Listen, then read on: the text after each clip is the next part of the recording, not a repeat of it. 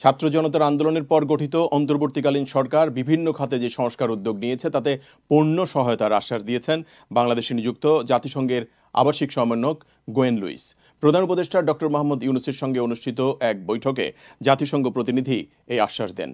রাজধানীর তেজগাঁয়ে অবস্থিত প্রধান উপদেষ্টার কার্যালয়ে এই বৈঠক অনুষ্ঠিত হয়। লুইস বলেছেন, জাতিসংঘ বাংলাদেশের পুলিশ এবং নির্বাচন ব্যবস্থা সংস্কার এবং বন্যা পুনর্বাসন ব্যবস্থাপনায় সহযোগিতা করবে। এছাড়া অন্তর্বর্তীকালীন সরকার দেশের প্রতিষ্ঠানগুলো পুনর্গঠনে যে পরিকল্পনা নিয়েছে তাতেও তো সহায়তার কথা বলেছেন জাতিসংঘের আবাসিক সমন্বয়কারী।